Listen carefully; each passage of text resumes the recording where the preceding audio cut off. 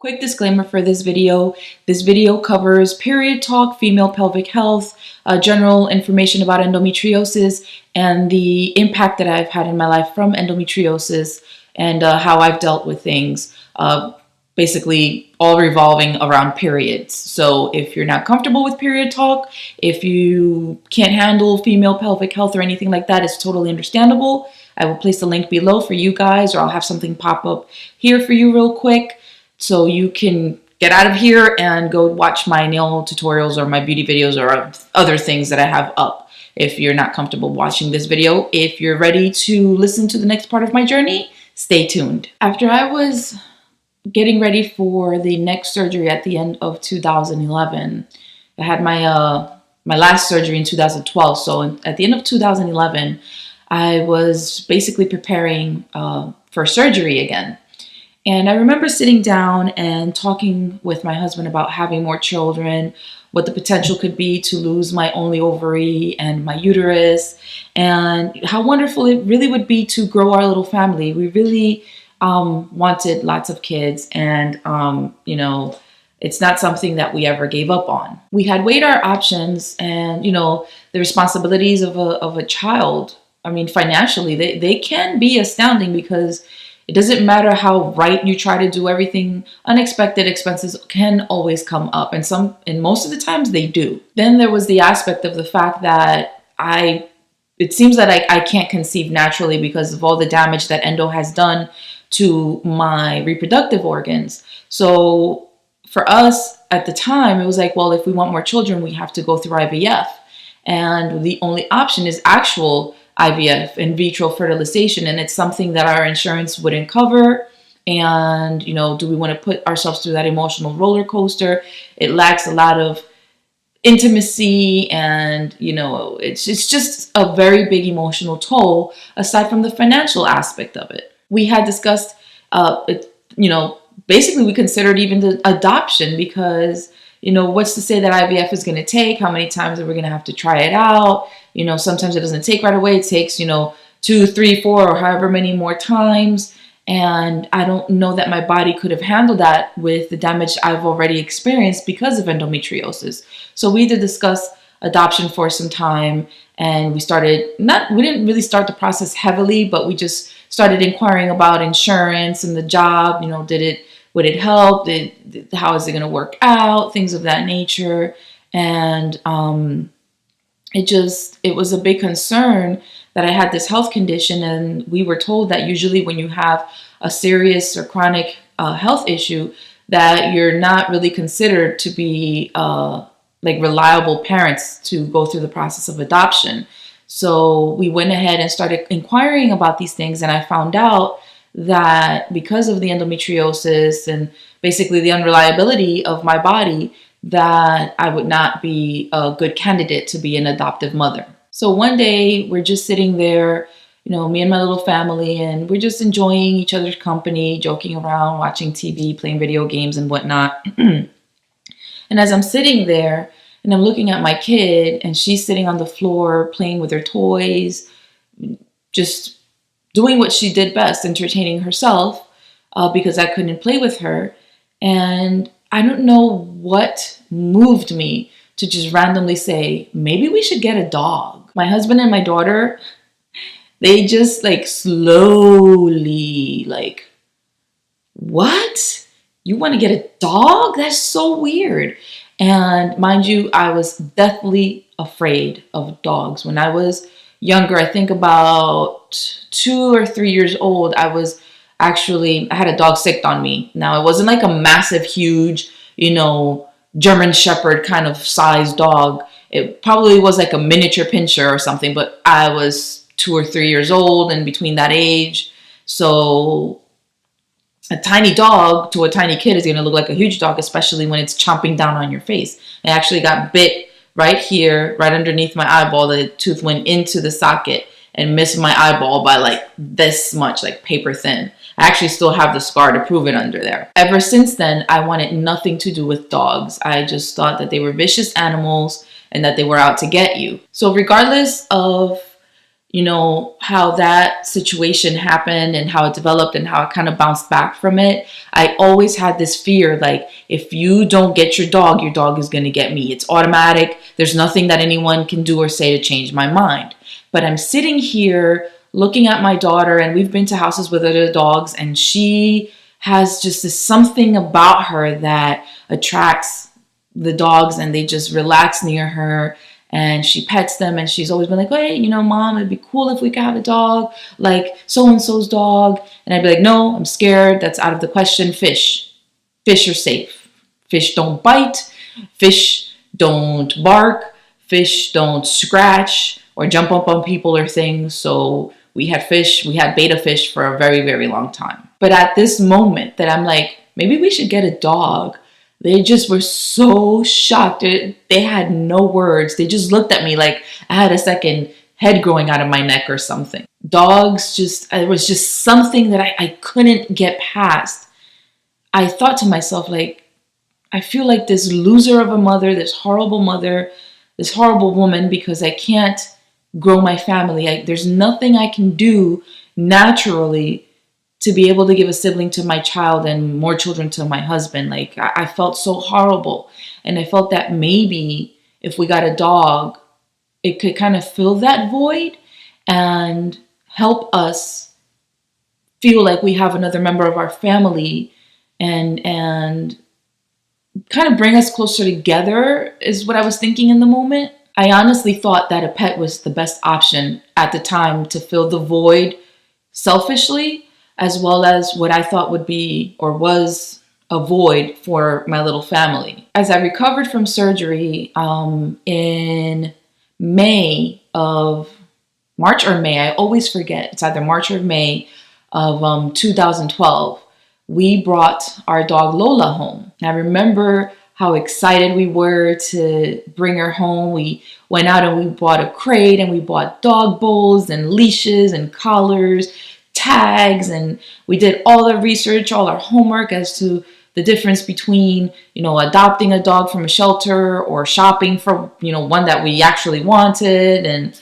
all that stuff was just so excited. We bought the food and we bought bedding, and it was just so exciting to go through the process. In order to prepare for dog ownership, we read up on so much information about training, what methods were available. It was a lot of information to take in, but at the same time, we were just so ready to learn it as deeply and thoroughly as we could. Since I knew that bringing a dog into my house was going to mean that there was going to be no room for fear, I started desensitizing myself by visiting kennels. I went to different shelters in town and across the state, and just visited random shelters and would walk around, get acquainted with the sounds and the smells and all the different things that happen around dogs, and the jumping up on the fencing and all that stuff. As I started being able to walk by without jumping at a dog, being a dog in a shelter, I started realizing like I could totally overcome this fear. Eventually, I would go to the same shelters and say, like, do you have kind of like a calm dog that I could visit with? Maybe take them out real quick for a small walk. And I would tell them, like, I'm on the market to adopt a dog, but I am very fearful of dogs, so I'm trying to desensitize myself. So when the time comes that we find the one, that there is no room for fear, there's no room for error on my part specifically, not just our part, but me specifically. And, they were very welcoming. Everywhere I went was exceptional, and they would give us information and answer all my questions. And eventually, I would start petting dogs, not just like taking them out on the leash real quick and then bringing them back, giving it to the handler for them to be, put back into their little kennel. And I started realizing the more that I did it, that this is so totally doable. And I was going at it full force. I was basically going, if not every day, every other day, to random shelters to just get acquainted with everything dog. After some time in our search, we came across a shelter and a dog online that I was interested in, but she was an older dog. Not old. She was only 2 years old. But I was more interested in a puppy, And when I called the shelter and I told them what I was looking for, that we were first-time dog owners, we didn't know what we were doing, but we were willing to learn and go through the process and bring a dog to our home. They were like, the dog that you would like actually has some very serious behavior issues. So is it okay if we could recommend another one? And I was like, okay. We made the appointment. We went in, and that's when we met a dog named Baby. And, she was really adorable and fluffy and just the most cute thing, all riled up and excited. And, they told us, like, it's an adult dog. She's 2 years old.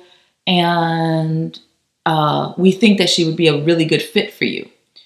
And they said, we would like for you to individually, because the three of us went to the shelter on this day.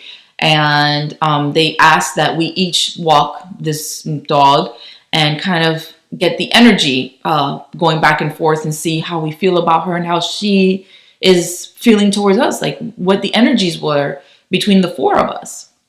And they did tell us that she was obsessive and very crazy about playing fetch. Tennis balls were her thing. And when they took us out into the yard to, interact with the dog, Baby found all the tennis balls. Like, she would bring one, put it at our feet. If we didn't do anything with it, then she'd go get another one and bring it to our feet. And if we didn't do anything with that, then she would just grab whichever one and sit there with the ball in her mouth. Like, she was just that crazy for tennis balls. As we're sitting there and talking with all the people from the shelter that were with us, I think there were like 2 or 3 people that were actually in the play area with us. And I'm saying, this is really cool and funny, but it's obviously an obsessive behavior. So I'm going to need to learn how not to deal with this, because I can't have this. If this is the dog that we bring home, I can't have this happen at home. This is unacceptable. And you have to remember, I'm very fearful of dogs. And even though I think I've gotten a really good handle on this, I think this is too much for me to deal with. So they gave us some pointers. We thought about it. And, we spent some time there kind of getting acquainted with the dog. And she just kind of settled in with us on that day. And on a ride home, my husband's like, you know what? I think this is the dog. Out of all the dogs, we've only seen 2 that really clicked with us, that our daughter really liked. And because you're going to be the primary caretaker, we need to make sure that you are comfortable with this dog. And out of the 2 dogs we saw, Baby is the one that seems to match us more, because even though she has this obsessive behavior with these tennis balls, she was pretty calm about it. She wasn't so super duper hype. And I was like, yeah, I think you're right. So we called the shelter and we're like, dude, we want to put the paperwork in. We want to adopt Baby. Long story short, or maybe somewhat long story, somewhat short. We put in our paperwork, and a few days later, we brought Baby home and named her Lola. After having Lola at home for some time and being the primary caretaker, I was walking her in the mornings and providing her breakfast and lunch and grooming her and training with her. I mean, I was looking up all sorts of videos on YouTube and the internet. I think Learberg was another website that I stumbled upon when I was doing all my research and things. And I was just immersing myself in all this information to help this dog to become an immediate part of our family, feel welcomed and safe in our home, and provide direction and structure to help her with the tennis ball obsession. And the interaction was so heavy that we bonded immediately. Like, it was deep and true from like 2 days in. And unfortunately for Lola, before we picked her up at the kennel, she was sharing her kennel with another dog. And for whatever the reason, this dog ended up attacking Lola, and she had to kind of fight him off. And from that experience, she became very dog aggressive. It wasn't something she was able to recover from. So we would be walking down the street, and there could be a dog, a block over, that if she would catch the scent or see it, she was at the end of the leash, like literally choking herself because she wanted to get at this dog. Like, she was ready basically to kill this dog. So this was something that we really needed to work on. We could not allow for her to continue living life like this. It wasn't good for her. It wasn't good for us, especially with me because of my injuries and the residual pains and weird things going on with my body, or when I would get a flare up or a period. I couldn't have a jolt happen to me like that. So this is something that we worked on intensely as best as we could with her without any professional assistance other than the information that you can find on the internet. And with time and patience, dedication, and a lot of heavy teamwork between the three of us, we were able to have her calm down enough for me to handle her if I was not well. But that still wasn't enough. So as time went by, we went ahead, we actually contacted the shelter and said like, hey, we want to learn information about training, maybe e-collar work, because this positive rewarding training, feeding treats and things is not getting rid of this last bit of issues that we are having. And they directed us to a trainer who was amazing. Marissa was wonderful. And she just educated me so much. Unfortunately, it wasn't a process that the three of us could be a part of because of schooling and work schedules and things of that nature. So everything that I learned, when I would go to the sessions with Lola, I'd bring back home and it would go into the yard and the three of us would practice it. Over time, Lola started getting rid of the ball obsession. She started giving it up. It took some time, but she doesn't rely on a tennis ball for happiness, basically.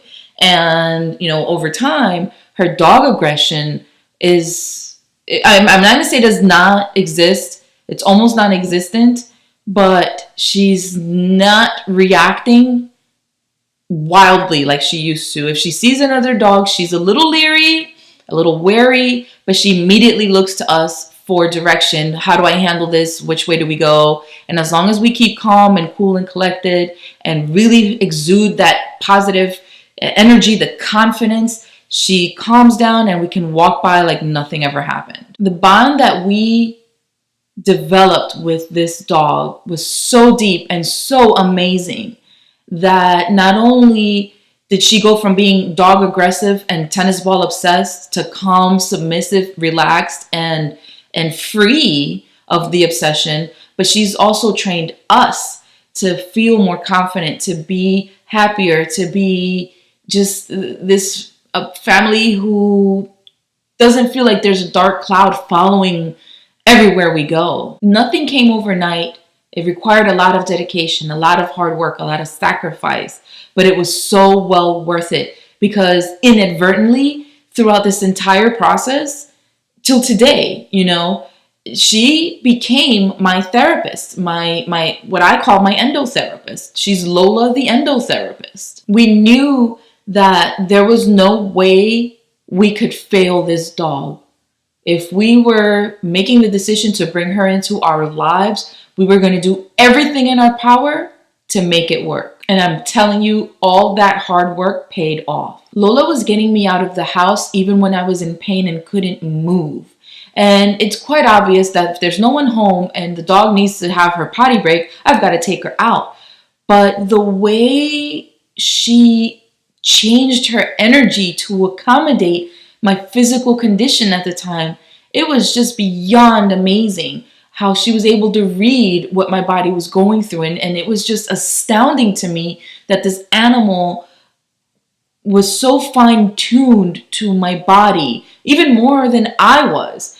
And, I would walk so slowly and she would just be so gentle and walk even slower than a snail to make sure that I was okay. There were days that I could barely exist, that the pain was so bad. All I could do was bring her to the edge of my front yard, have her potty there, and we would come right back in. I'd feed her, put her in the kennel, and that was all. And when my husband would come back home and let her out for her next potty break and things of that nature, I remember so many times where she would go and take one of her Chewy toys. And, I'm sitting on the couch, I'm laying back on the lazy boy, and she would bring it and put it on my lap, look at me, and just sit there, like almost smiling. Like she just looked so happy and relaxed in her face. And if I would look at her and say thank you, she would actually lay down by my feet or right next to the end of the couch where I would lay and take a nap.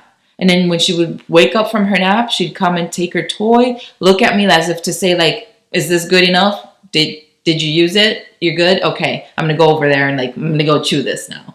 And it just made me feel like a sense of peace. Like she understands me. She knows how bad it is. She knows how it affects me. She knows. She just knows. And I could not believe that a dog could kind of hone in to a human being like that. And I have to say that the bond we developed has been something that I am so deeply grateful to the universe for, because suffering from this chronic illness, there are so many little aspects that really affect your life deeply and intricately almost. And, I've suffered from depression for as long as I can remember, probably since I was about, maybe 6 or 7 years old. I remember tying 2 shoelaces together and then tying one around my neck and then tying one on the end of the ladder to my bunk bed and jumping off of the second bunk thinking this is how it's going to end. And, obviously this is not like 50 feet tall, this ladder. It's probably like a good 4 or 5 feet tall. And I jumped off and the shoelaces were really long, so nothing happened. But my intent was there. I did not want to exist at 6, 7 years old. And that's deep stuff, man. And then with everything endometriosis has to offer, I've been suffering from all these chronic pains since my very first period. And I got my very first period when I was 8 years old. And hearing, toughen up, don't be such a baby. Every woman goes through this. This is normal. If that's how you're going to be on your period, I can't imagine what's going to be like for you to give birth. You're just going to go crazy. And, you grow up listening to all these things from family members and friends and medical professionals. And it puts you in a position where you're like, man, I suck as a human being. I'm a pussy and I can't take anything. I'm not good enough. I don't know how people do this. If this is what normal is, then I'm obviously a lazy, piece of S, because I can't cope with this stuff. And the depression just snowballed from there over the years. And my suicidal thoughts got to a point where I just didn't want to exist anymore. I felt like, honestly, the world would be so much better off without me in it. My depression it not just snowballed, but then it became this huge monster that I could not deal with. It was affecting not just myself, but it was affecting my little family. It was affecting my work performance and everything in between. And I had times where things got so dark that I attempted to take my life again, twice in adulthood.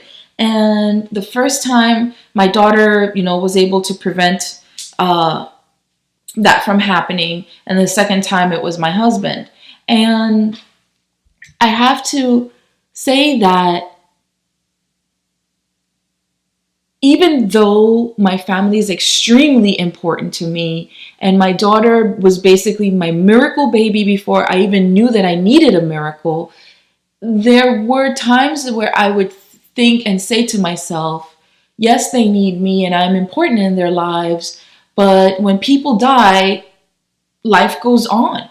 I mean, it sounds horrible or brutal, but that is the truth.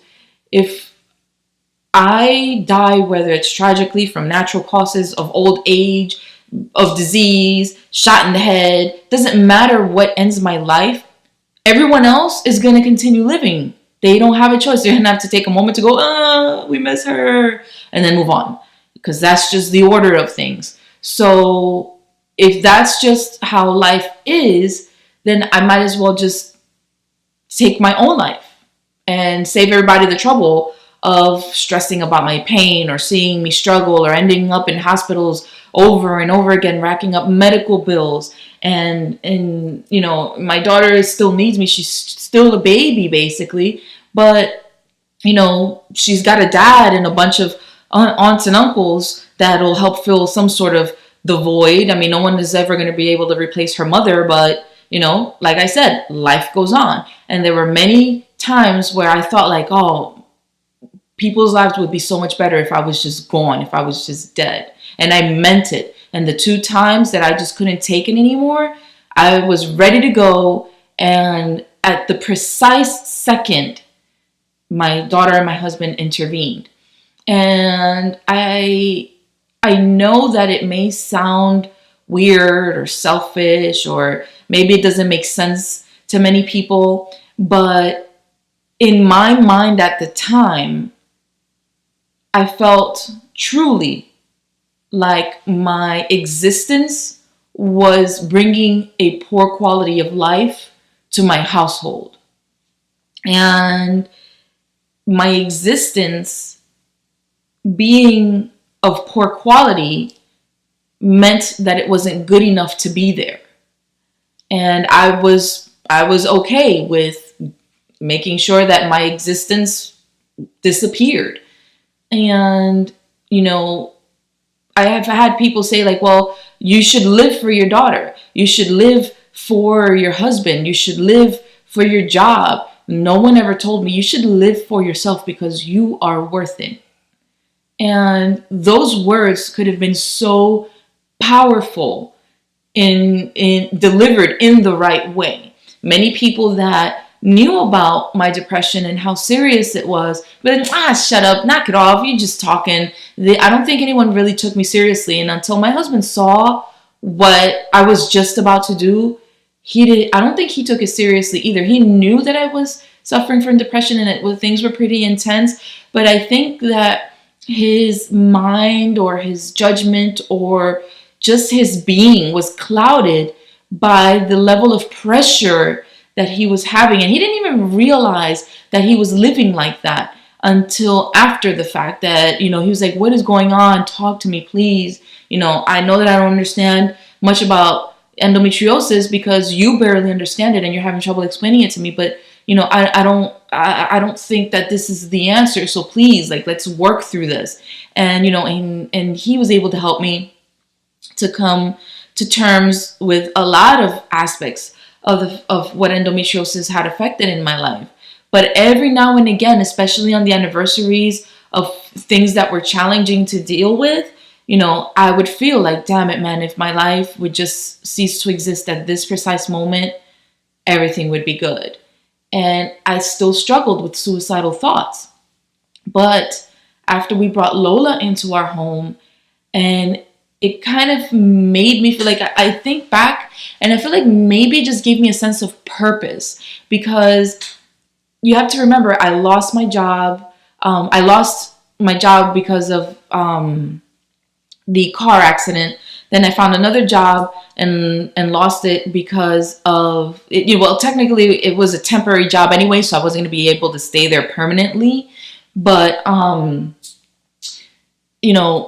in between those 2 jobs that I did have, I was applying for other employment constantly and continuously, and looking to get a job while you're suffering from endometriosis is a challenge because you have to weigh your 2 options. Do I not say that I have this chronic illness and go through hiring and possibly get this job and then start calling out when I feel sick and get fired? Or do I tell them that I have a chronic illness and maybe they just won't hire me? So I felt truly worthless. What am I bringing to the table? I can't work. I can't care for myself. I can't care for my daughter. I can't care for my husband. I can't care for my household.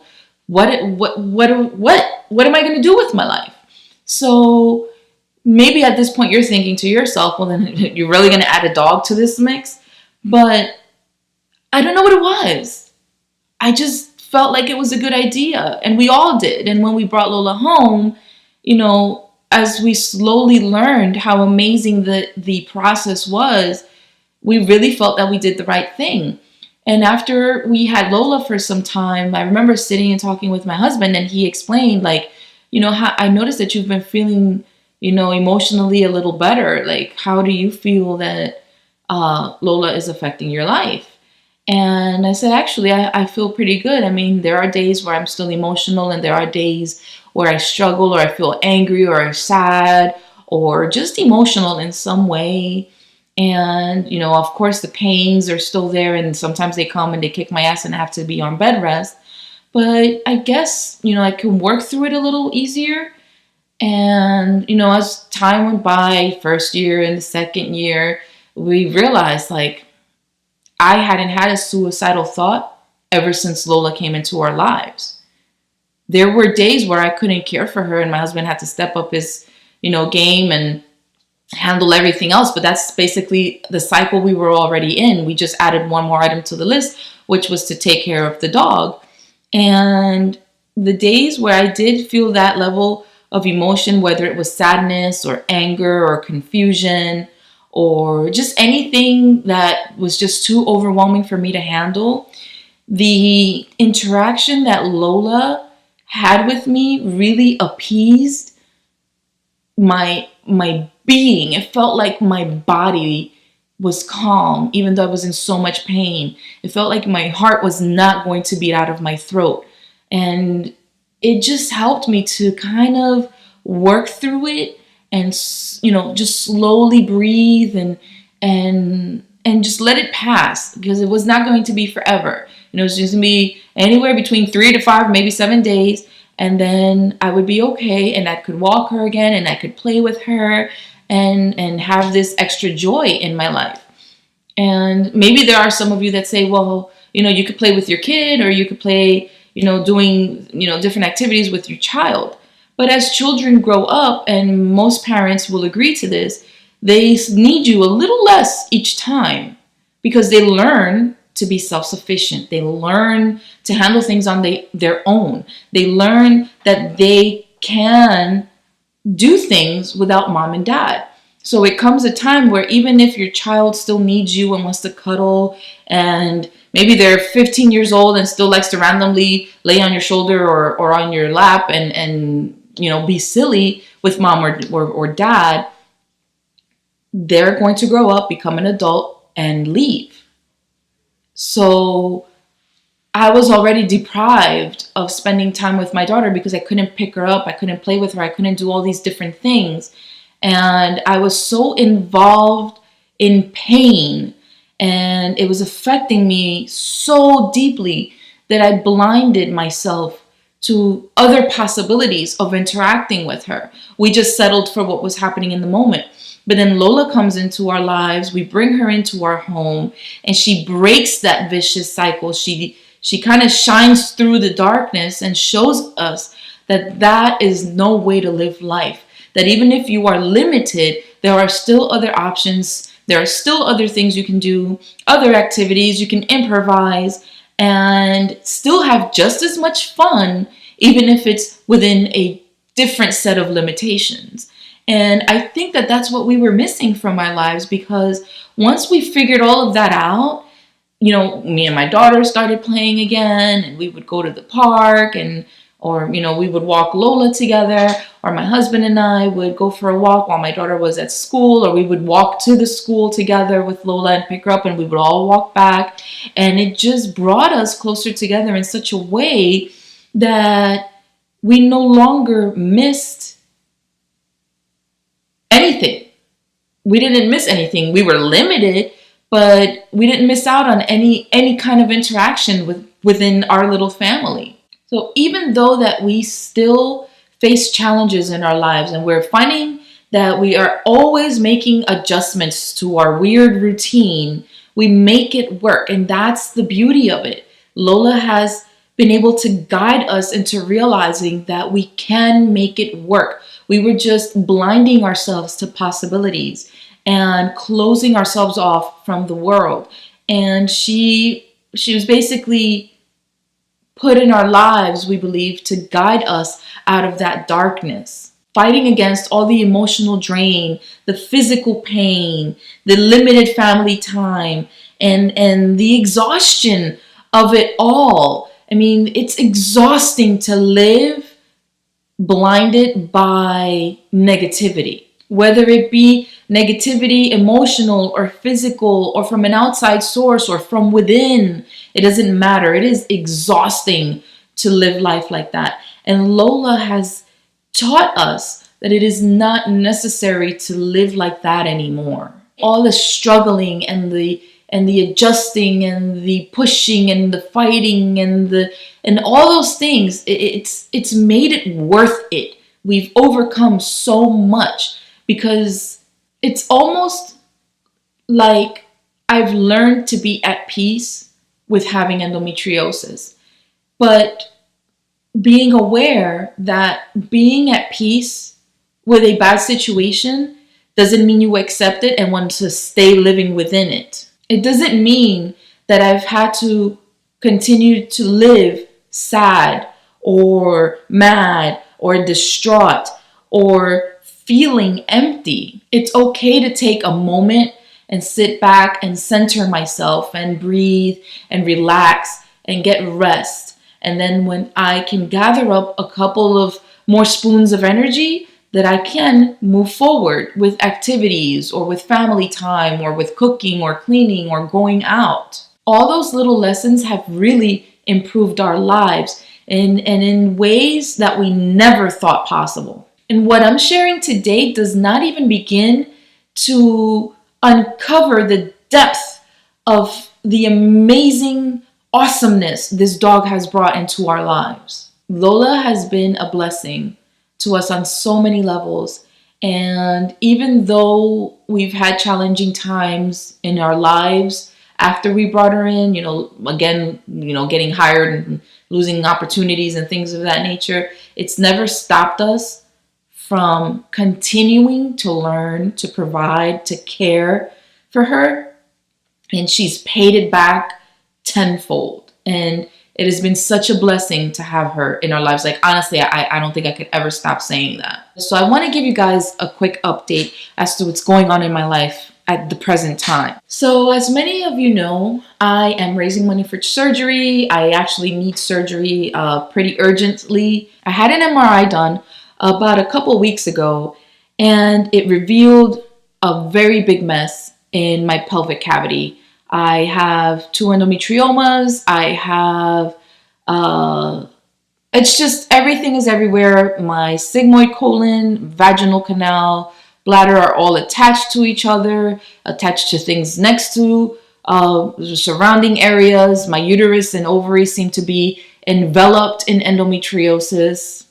And it's a really big mess in there. My specialist actually told me that he was not comfortable in doing surgery for me unless I received a second opinion from an oncologist. Even though I don't have cancer and, it doesn't seem like it would be necessary to have an oncologist operate on me, because they see this level of damage in the pelvic cavity so often, he wants me to just go and have a chat with him and see what plan of action he would come with. What I love about this doctor is that he has a what is it called? I forget the word. He basically has a team approach, and not just an approach based on endometriosis, but all the other health issues that can come because you suffer from endometriosis and lesions and everything else involved with it. So he has this team effort approach, and I'm very grateful that he does, because he didn't just go in willy-nilly and go, oh, this is screwed up, I can't handle this, and close me back up. So that's wonderful. So I'll be seeing the gyne oncologist in a few weeks, and we'll see where it goes from there. And hopefully he can get back in with my doctor, and once they discuss my case, I'll have a date for surgery. So once I know that information, I will let you guys know, and how that may affect video production, nail orders, and things of that nature. Also, on a side note, my daughter was diagnosed with Graves' disease recently, and I've needed to take a lot of time for appointments, not just for her, but for myself. And it's really interfered a lot with the bit of work that I can do around YouTube and eBay and Etsy. So if videos are late, or, I say, hey, this set is going to go up for sale on Monday, and, I haven't been able to finish the listing, that's the reason why there's been adjustments and random things coming up late. My social media activity has kind of dwindled down because I've just been so overwhelmed with everything that's been going on in our lives personally. So between her and I, we're traveling out of state quite often for treatment and appointments and second opinions and things of that nature. And it's a little weird to adjust to a new normal again in our lives. And, I just wanted to give you guys a heads up that if things are late, that's the reason why. Going forward, on all the press-on nails that I sell on eBay and Etsy, all orders will be processed in 7 to 10 days from the moment I receive your payment. So, once things settle down and things kind of go back to an easier normal, then, I will go back to, 3 to 5 business days processing time for orders. But as of right now, all nail orders, whether it's through eBay, Etsy, or if you email your order towards me, I will need time, because there are days where the doctor calls today and they want to see me tomorrow. So that's how it is. Videos will still go up twice a week because I can film those and edit ahead of time and schedule them on YouTube. So that is something that's fairly easy for me to do, even though it involves a lot of work as well. But videos are not going to stop unless, I've got appointments galore, or maybe, emergency surgery or things of that nature. And again, I will let you guys know how those things change, what's affected, what's going on, and all those details will be released as I can get them. Because my doctor has a multidisciplinary approach, which is the word that I was looking for before, but because he does have a multidisciplinary approach to treatment of endometriosis, the money that I've raised already through the sale of nail sets, my YouTube, and through my blog, I've already eaten through my own personal savings that I've been able to create to, basically amount. It wasn't a lot, but, it was enough to get me through these first sets of appointments and diagnostic testing and things of that nature. And, remember I had, my daughter's situation and testing, so I'm glad that I've been able to do all of this work and save money to be able to pay for our medical treatments. But I'm basically done with what I've saved up. So I'm going to be pulling out of my GoFundMe really soon. And I forget what I've raised so far, but you can go check that out and take a look at what I've raised. I don't remember right now. If you cannot make a donation to my GoFundMe for whatever reason, any reason at all, if you could just please help me continue to raise the money.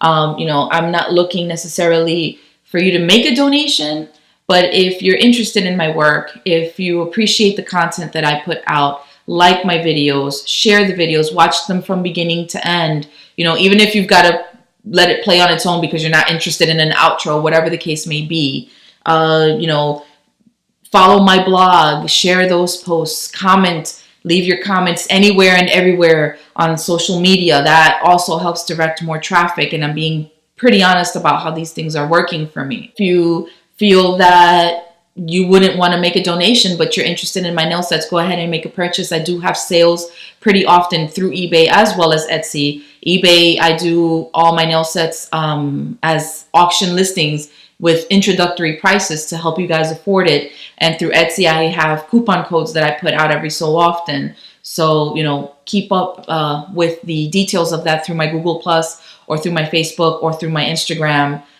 just so you know when sales are going on. Please not only share my YouTube videos or my blogs or anything like that, but also share my GoFundMe page, because the more people that find out about it, the more possibilities there are for me to have people to donate to my cause and help me afford this surgery. It's a multidisciplinary approach. And that just means that there are going to be different doctors looking at different aspects of my health and how everything has been affected by endometriosis.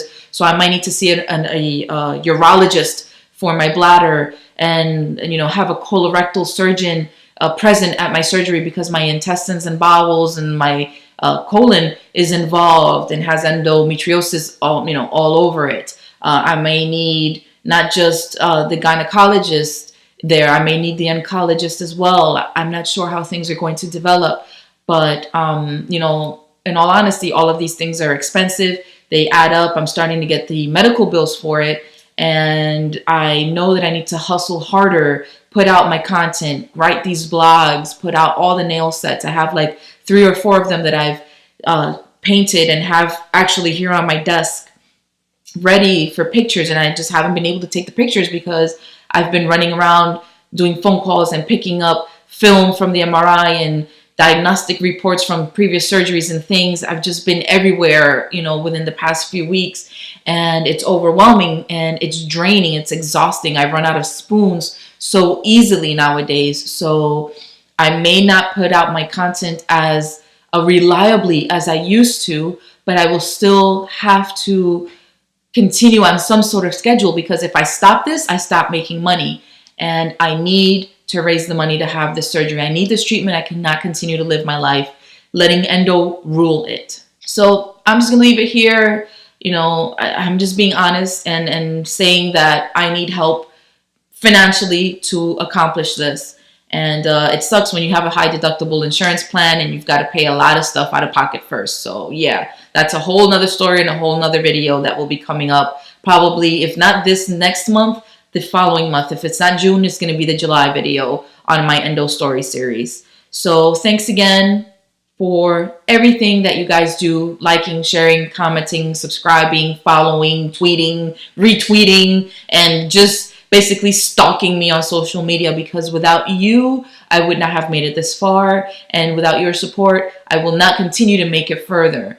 I love what I do and I enjoy it so much, but it's not just about me. It's about you guys as well, and the community that we are creating here in DIY Beauty by Lita. So thank you for tuning in today. Thank you for everything that you do to support my work. Pardon my squeaky chair. And I will see you guys next month on the next endo story. So thanks again, and I'll see you guys. Bye.